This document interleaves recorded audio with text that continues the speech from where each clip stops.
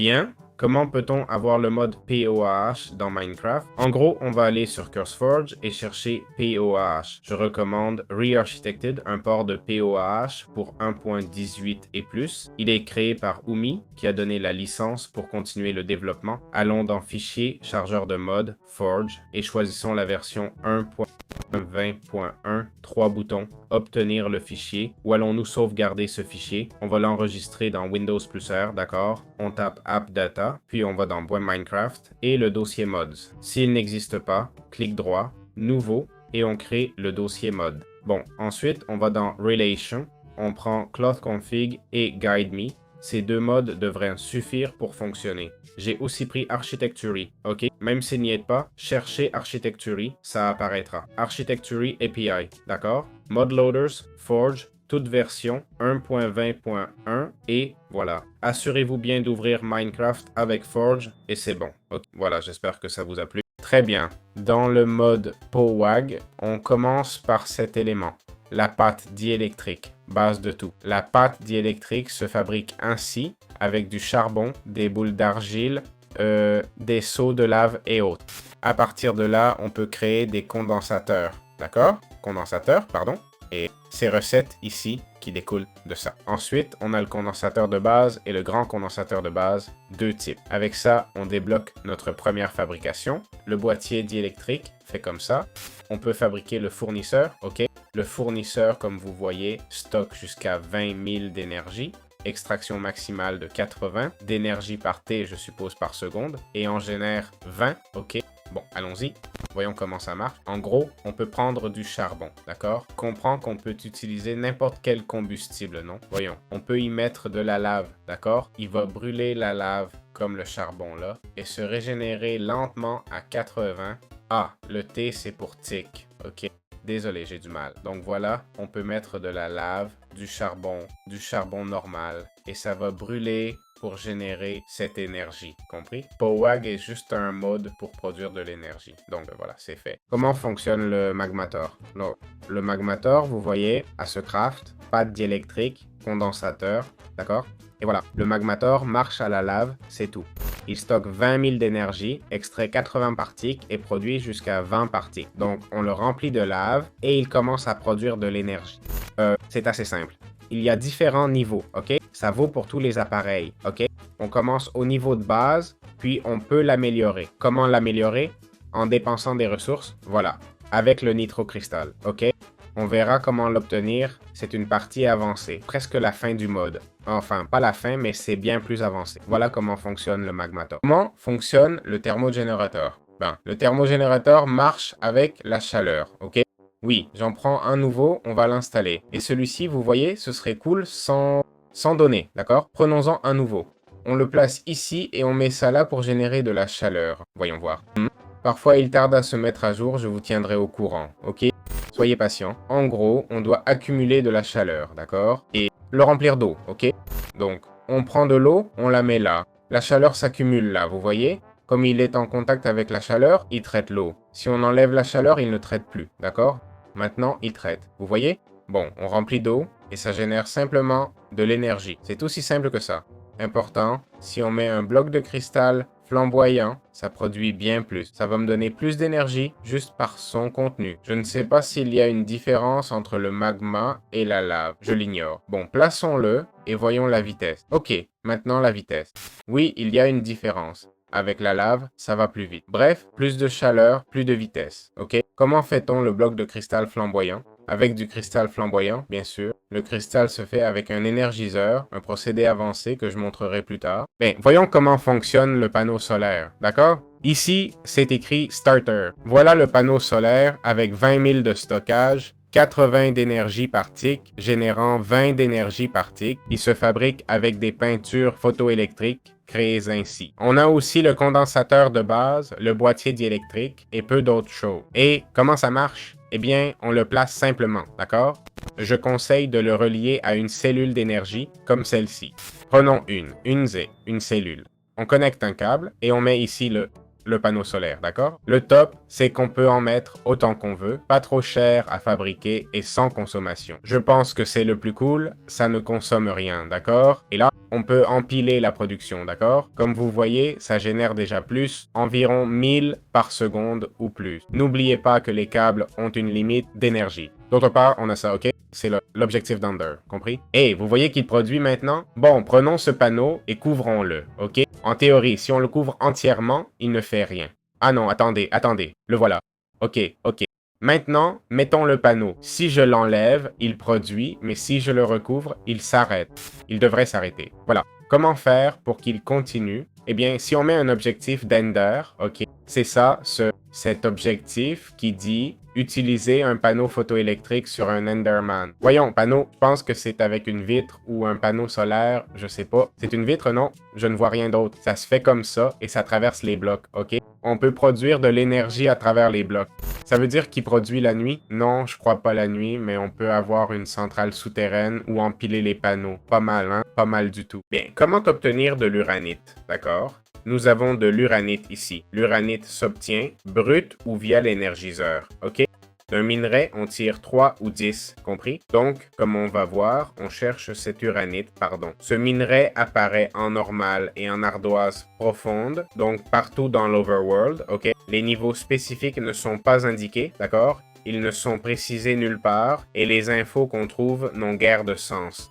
Donc, explorez et quand vous verrez un minerai de cette couleur brillante, presque fluorescent, vous l'aurez trouvé. Okay. Voilà, c'est aussi simple que ça. Alors, comment fonctionne le réacteur dans le mode POAH? Eh bien, il y a différents niveaux de réacteurs. Ok, prenons le débutant simplement. Il a cette recette, 4 uraninites, 4 condensateurs de base et un boîtier diélectrique. Un clic droit et tout commence à se construire comme on le voit. Et, important, on aura besoin d'eau ou d'uraninite, de redstone, de glace ou de neige carbonique. Ok? Et un bloc de charbon. On ouvre ça, on peut mettre l'eau, on met l'uraninite. L'uraninite va générer l'énergie, d'accord? Mais ça génère aussi de la chaleur, ok? On met la redstone, ok? Pour consommer plus, et ça continue d'augmenter. La température, alors on met la glace. Ok, que fait la glace? Elle réduit la température. Que se passe-t-il si on ne réduit pas la température? Bon, je ne suis pas un génie, mais je pense que ça explose, ok? La redstone, vous voyez, augmente la consommation, accélère, et le charbon, pareil, améliore l'efficacité, ok? Alors, voilà, ça améliore l'efficacité du produit qu'on a déjà, donc on utilise mieux l'uraninite. C'est intéressant, non? Et là, ça va simplement générer de l'énergie. Je ne sais pas combien on génère avec une uraninite, j'en ai aucune idée. Mais vu qu'on en a 10 000, peut-être 30 000, non? Par là. Donc voilà, c'est comme ça que ça marche, tout simplement. Pas grand-chose d'autre, c'est pas si compliqué. Comme je dis, il y a différents niveaux, ok, pour monter et produire de l'énergie en masse. Bien, comment fonctionnent les cellules d'énergie? Pas de mystère, c'est simple. Elles marchent avec ces câbles connecteurs là. Pour chaque niveau, un câble. On prend un câble et une cellule d'énergie, ok? Comme vous voyez, on connecte et voilà, ça transmet ou plutôt stocke l'énergie. Question intéressante, si j'ai déjà de l'énergie, d'abord, ça se casse avec quoi? Une pioche en bois, apparemment. Je vais voir les niveaux supérieurs, mais tout semble se casser avec une pioche en bois. Autre question, si ça contient de l'énergie et que je le casse, l'énergie reste. Allons voir. Celui-ci a 730 000, on le casse et voilà, l'énergie est toujours là, elle ne se perd pas. Et comment transmettons l'énergie? Avec des câbles, tout simplement. Il y a des connecteurs partout, c'est tout. La question à 1 million, l'énergie peut-elle sortir? Eh bien, oui. D'après ce que je vois, on s'accroupit, ok. Nord, mode push, ok. Voilà, vous avez vu ce que j'ai fait? On s'accroupit, on sélectionne et on met en mode push, ok. Et hop, on pousse. Là, je me suis trompé, j'ai sélectionné l'autre. Non, attendez. En mode pull, ça va retirer l'énergie. Voilà, c'est aussi simple que ça, c'est tout. Comment fonctionne l'orbe énergisant? Cet orbe sert à obtenir de l'acier énergisant et d'autres éléments. En gros, on va utiliser de l'énergie, d'accord? On va connecter ce fournisseur avec des câbles dans le mode POG pour faire les tiges énergisantes, ok? Une suffit, mais si on en met plus, l'énergie circulera plus vite. Compris? Alors, que fait-on maintenant? On va prendre une tige énergisante pour vous montrer que je ne mens pas. D'accord? On la place. Et maintenant, on fait quoi? Pour faire l'acier énergisant, on a besoin d'or et de fer. On prend l'or et le fer, clic droit, les lasers détectent et commencent à générer. On peut mettre des piles, le maximum semble être 5 et ça ne fabrique pas. Génial.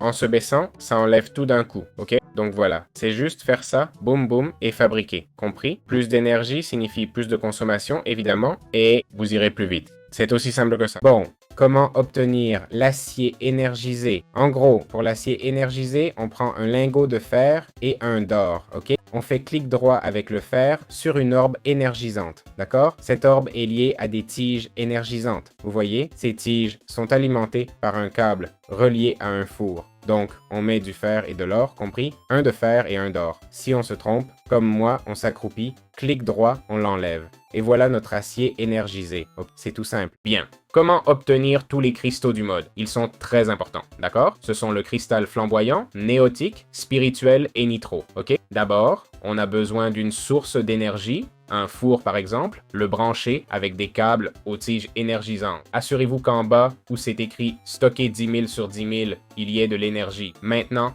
on met un orbe énergisant au centre et on regarde les recettes. Cristal flamboyant, qu'est-ce qu'il faut? Alors, un bâton de base et 90 000 d'énergie ou 4 poudres de base et 120 000 d'énergie. Bon, on va pas se compliquer et on va prendre les bâtons de base, ok? On place un bâton de base et comme vous voyez, ça prend du temps. Évidemment, plus le niveau de l'énergisant est élevé, voyons voir, l'énergisant, ouais, plus le niveau est élevé, plus ça va vite, ok? Mais là, on a déjà notre premier craft. Alors, le cristal néotique, il nous faut quoi?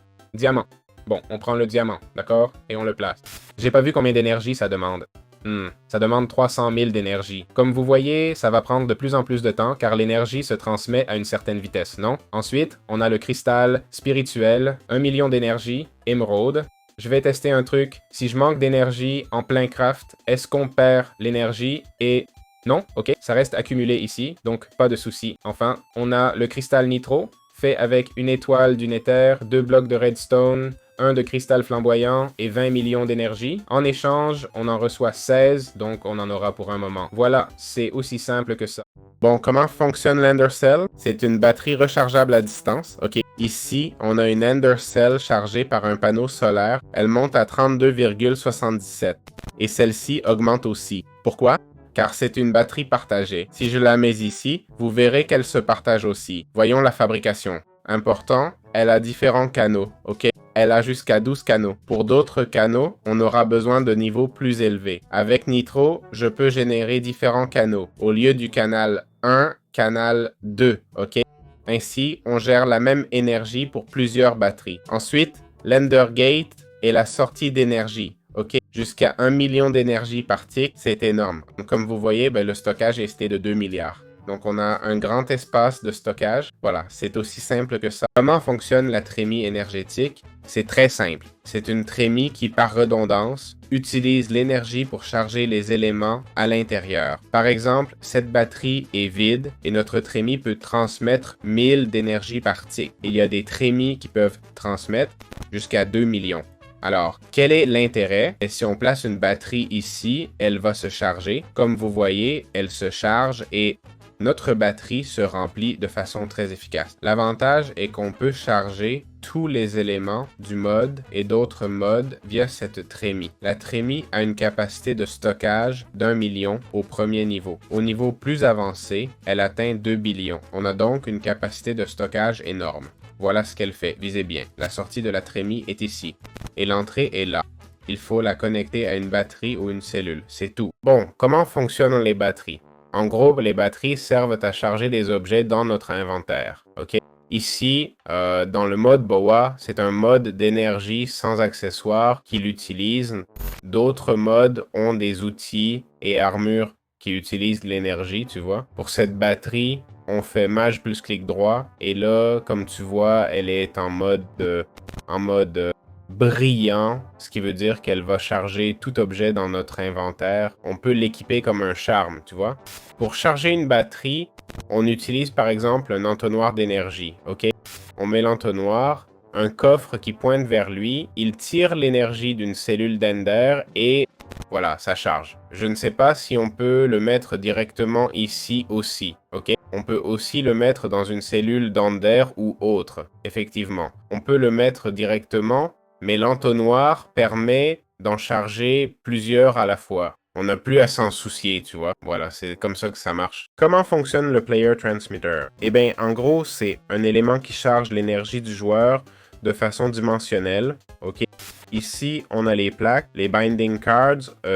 C'est une plaque qui dit clic droit pour lier, d'accord? Pour lier au joueur, voilà.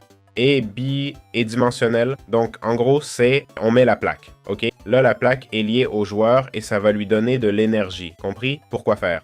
Pour le charger, pour pouvoir recharger tout outil énergétique sans dépendre d'une batterie manuelle, ok? Alors, si on a l'autre procédé, l'autre binding card, celle-ci, qui dit d'utiliser une binding card sur un Enderman ou Endermite pour la dimension, non. La binding card normale se fait comme ça et la blank card ainsi. Bon, si on met ça, on aura une régénération d'énergie tant que cet outil est chargé, bien sûr, du joueur de façon dimensionnelle. Important, le chunk doit être chargé. OK? Donc, utiliser un mode qui garde les chunks chargés ou modifier Minecraft pour que le chunk reste chargé.